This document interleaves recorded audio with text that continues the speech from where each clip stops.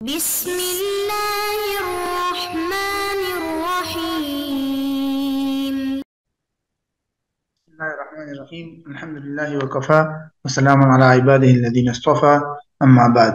عزیز طلبہ، نور الایضاح کتاب کی آج ہماری یہ نشست نمبر 73 ہے، اور آج کی نشست میں ہم جو فصل شروع کر رہے ہیں وہ ہے تدفین کے بارے میں. فصل فی الدفن، یہ فصل ہے میت کو دفن کرنے کے بارے میں. اس فصل کو پڑھنے سے پہلے ایک دو باتیں آپ ذہن میں رکھ لیں جس سے آپ کو یہ فصل سمجھنا آسان ہو جائے گی.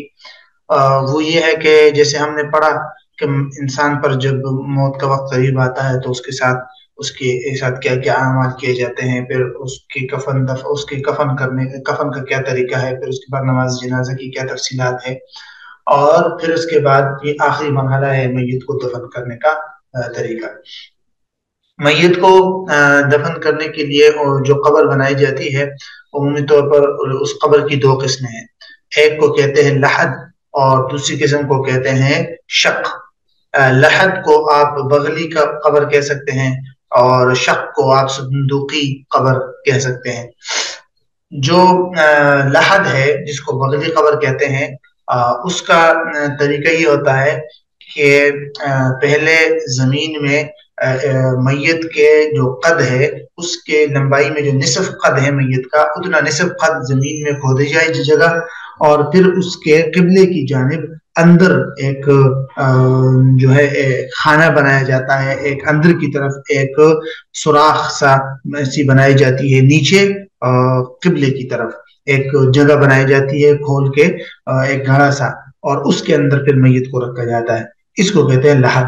حنفیہ کے ہاں یہی طریقہ زیادہ بہتر ہے. ہاں کسی جگہ اگر مٹی ایسی ہے، کوئی ریتلی زمین ہے جہاں قبر بیٹھ جاتی ہو، تو وہاں پھر وہ دوسری قسم کی قبر بنا سکتے ہیں. شق کا جو دوسری قسم ہے قبر کی وہ یہ ہے کہ پہلے 1 فٹ کے بقدر جو ہے وہ قبر کھودی جائے، اور پھر اس کے بعد بالکل اس 1 فٹ کے برابر جو قبر کھودی گئی ہے اس کے بیچوں بیچ آ جائے، اور اس بیچوں بیچ میں ایک اور گھڑا کھودا جائے میت کے قد کے نصف قد کے برابر، نیچے زمین کی طرف گھڑا کھودا جائے، اور اسی کے اندر پھر میت کو رکھا جاتا ہے.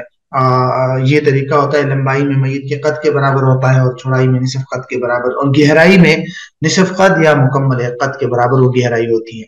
تو اس کو شق کہتے ہیں. اور ہمارے ہاں جہاں زمین میں نرمی ہوتی ہے تو وہاں اس طرح کا عمومی طور پر شق بنایا جاتا ہے. یہ طریقہ ہوتا ہے میت کو رکھتے ہوئے. پھر طریقہ یہ ہوتا ہے کہ میت کو جب لایا جائے تو اس کو قبلے کی سمت رکھے، اور اس طرح رکھے کہ میت کا جو دایاں کندھا ہے وہ بھی قبلے کی طرف رہے. پھر جو لوگ میت کو قبر میں اتارے تو وہ بھی قبلے کی طرف منہ کرے، اور میت کو قبلے کی سمت سے میت میں رکھے، اس میں قبر میں رکھے. اور قبر میں رکھنے کے بعد پھر قبر میں جب رکھتے ہیں تو رکھتے ہوئے وہ دعا پڑھے جو مشہور ہے، بسم اللہ وعلی ملت رسول اللہ صلی اللہ علیہ وسلم. اور پھر جب قبر کے اندر رکھ لے تو اس کو دائیں کروٹ پر لٹا کر اس کا چہرہ جو ہے وہ قبلے کی طرف کرنا چاہیے، اس کا چہرہ. یہ طریقہ ہوتا ہے. یا اس کو چت لٹا کر اس کا چہرہ قبلے کی طرف کیا جاتا ہے. پھر اس کے بعد میت کے اوپر جب جگہ بند کی جاتی ہے تو اوپر اینٹیں وغیرہ یا جو ہے پتھر وغیرہ یا بانس کی لکڑی وغیرہ رکھ سکتے ہیں. لوہا وغیرہ سے علماء منع کرتے ہیں کہ لوہا نہ رکھے، پکی اینٹیں بھی نہ رکھے جو آگ پر پکائی جاتی ہے. اور جب رکھ لے تو اس کے بعد مٹی ڈالے، اور مٹی ڈالتے ہوئے منہا خلقناکم وفیہا نعیدکم ومنہا نخرجکم اخرى، یہ آیت پڑھتے رہیں اور اس طرح مکمل مٹی ڈال لے. مٹی ڈالنے کے بعد وہاں کھڑے ہو کر اس کے لیے دعا بھی کر سکتے ہیں، قرات وغیرہ بھی کر سکتے ہیں سارے ثواب کے لیے. اور ترقین بھی مستحب ہے جو پہلے آپ کو بتائی گئی تھی کہ میت کے سرہانے اور پاؤں کی جانب کھڑے ہو کر ایک آدمی سر جو ہے وہ سورہ فاتحہ پڑھے اور دوسرا سورہ بقرہ کی آخری آیت. تو یہ ایک مکمل طریقہ ہوتا ہے. ذرا اس کو دیکھ لیجئے. کیفیت الدفن، سب سے پہلے ہے دفن کی کیفیت اور طریقہ.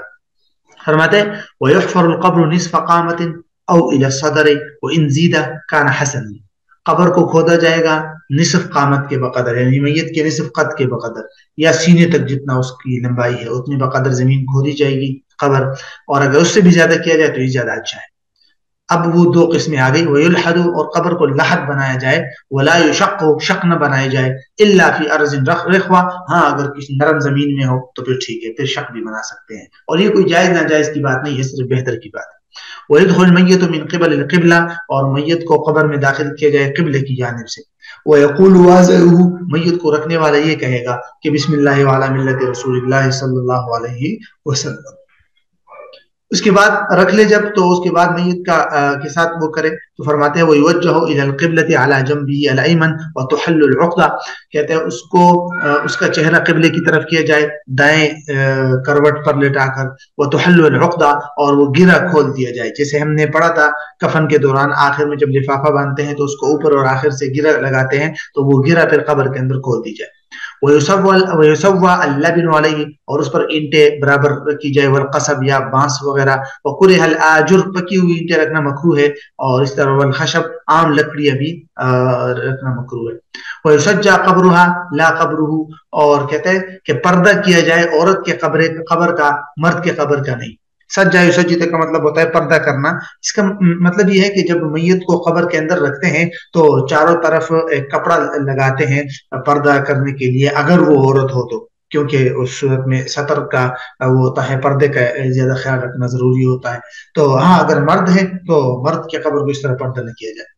وَيُحَالُ التُّرَابُ اور مٹی اس پر پھینکی جائے، وَيُسَنَّمُ الْقَبْرُ اور قبر کو کوہان نما بنایا جائے، جس طرح اونٹ کا کوہان ہوتا ہے نا، جس طرح ہمارے یہاں اونٹوں پر بنائی جاتی ہیں قبریں، اس طرح بنائی جائے۔